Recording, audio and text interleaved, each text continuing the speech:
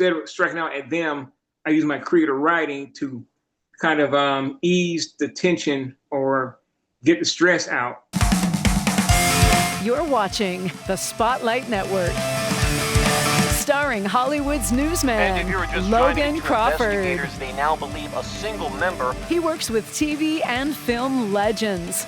And now, Logan's shining the spotlight on the world's top emerging authors and creators. International were abducted. This is Spotlight with Logan Crawford, streaming on Roku, Apple TV, and Amazon Fire TV.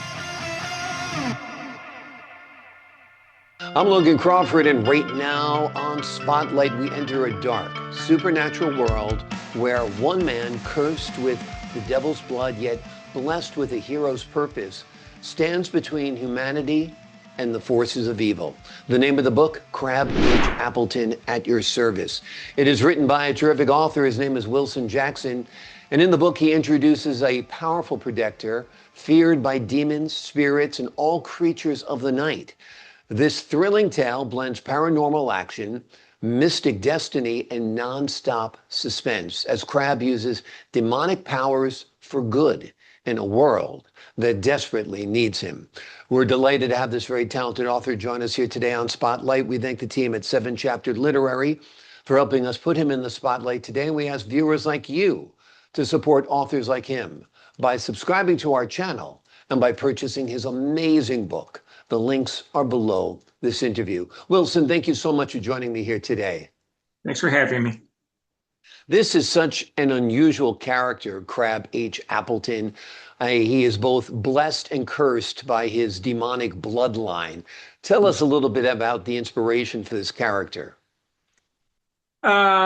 Basically, I was trying to come with something different as far as I'm a fan of, have you ever heard of Harry Dresden, of the Dresden Files, written by Jim Butcher?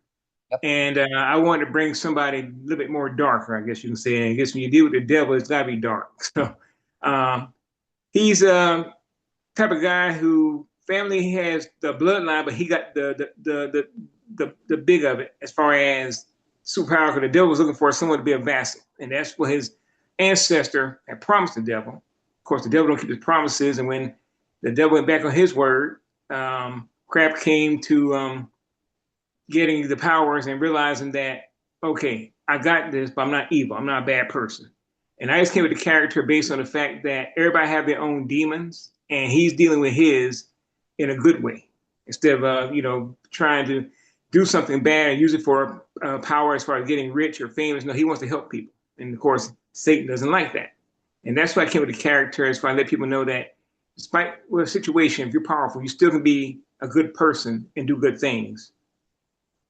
Even if your powers come from the dark side, you can manifest them for good purposes. And I think that's a strong theme in the book, of course. Give the folks at home an overview of what Crabbe H. Appleton is about. Crabbe's about a guy who just basically he deals with he's an entrepreneur. He owns his own business. But bottom line is he knows that if he does more than he needs to do, he might be overtaken by his dark forces. So he drinks a lot of holy water to keep him kind of balance things out. He's just a guy who he's not what you call Superman. He's not bulletproof, but he does things to keep the supernatural at bay and balance out the evil with his heart of being a good person. He's not anything like a Harry Potter or any other type of wizard, but he does things, and what he does is just that it just keeps things to a level of where good versus evil, and most time he comes out on top with a little help from some of his friends from the cult society. Is this book a standalone, or is it part of a series? It's part of a series. I'm thinking of a second one right now. But right now, I'm concentrating on this one to get it out there. So hopefully it can reach people and people can get a little following and a fan base. Exactly. And once that fan base gets developed, I presume you'll flush it out a little bit more in subsequent novels, right? Definitely. Wonderful, wonderful. Have you envisioned this book as a film? funny thing about this, when you're an independent author, you get a lot of emails from people who claim that they have connections in the film business, and you got to be careful Yeah, because yeah, absolutely. You got to they ask you watch for a lot out. of money. And I fall into that category when I wrote my first book, lost a lot of money, and ain't Oh, nothing for it. So you have to be careful and really do your research and question these people if they're legit or not. And yeah, I would like for this to be a film. I mean, I would like for Michael be the guy who plays in Sinners. I like him yeah. to play the character if possible, if it comes to that. I see him playing Crabbe Appleton. Yeah, absolutely, absolutely. Yes, you have to absolutely be cautious. You have to make sure it's a legitimate contact from Hollywood or something. Meeting them in person is Yeah, a good gauge, and also don't give them any money. You know, no, let no, them give you money if they want your work. That's how exactly. it should work. So, Hollywood, if you're listening, here is a great book that would be a wonderful film. Get ready to pay the author for it. He doesn't have to pay you, that's for sure.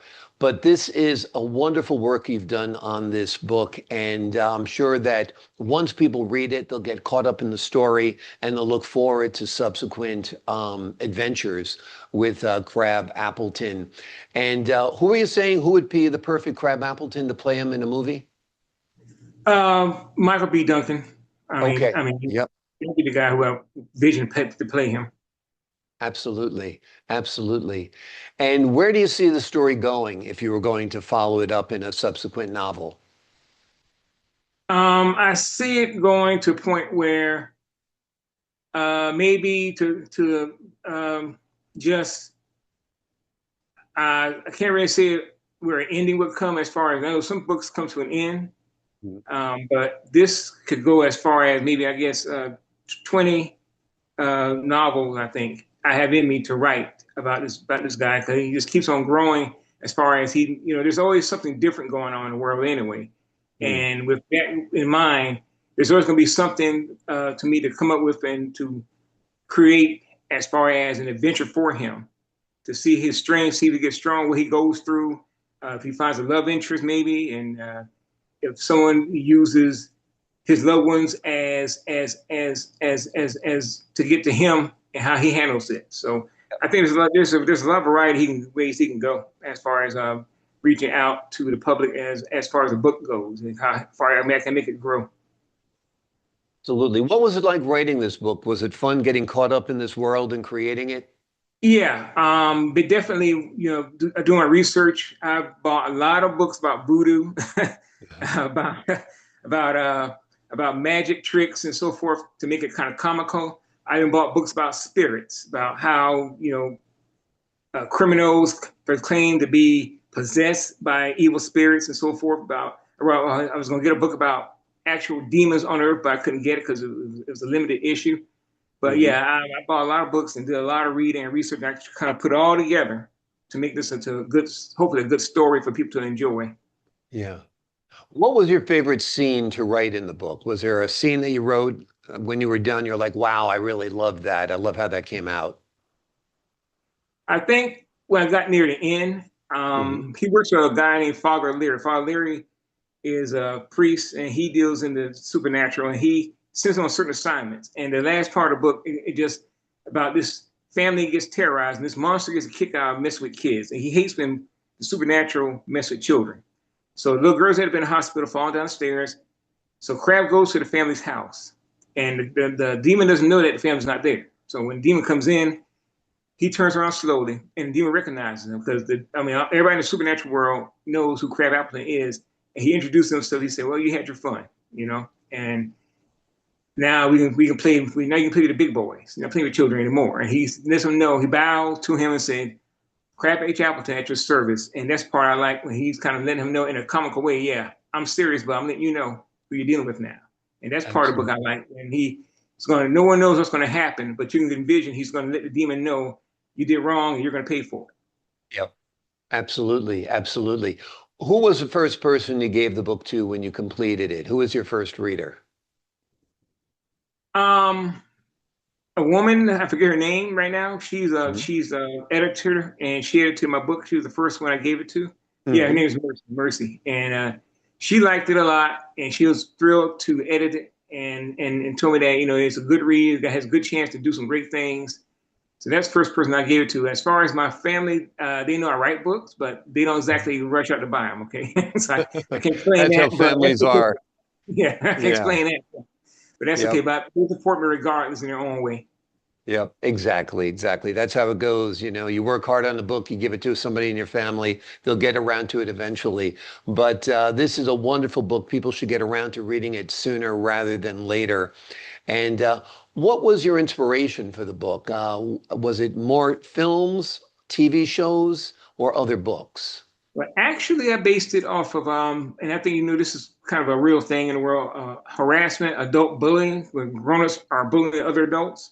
Hmm. I had an unusual job where people were saying I was either too old to do the job, which I wasn't, but it got to the point like that became my own personal demon. So instead of striking out at them, I used my creative writing to kind of ease the tension or get the stress out. And that's how I came up with Crabbe H. Appleton. I consider it, I mean, those people who try to bully me into my personal demons to deal with. And that's how I came up with Crabbe H. Appleton. Very That's how cool. I created him. Is there a message or something you'd like to stick with readers to have stick with them after they're done with the book? Just understand that no matter how a person looks, I mean, even in the book, the demons are that our demons aren't all bad. Put it that way. Right. And don't judge people on their appearance. Just get to know them first before you just jump out and assume they're this type of person, that type of person. Because even a person who smiles a lot is not a good person. Okay. Exactly. Even a person who is not very talkative is not a bad person. So you just got to get to Right. know people. Don't just go around judging. Just understand that everybody, gets talked about, and just deal with world. Be thankful to be alive and just enjoy life as it is.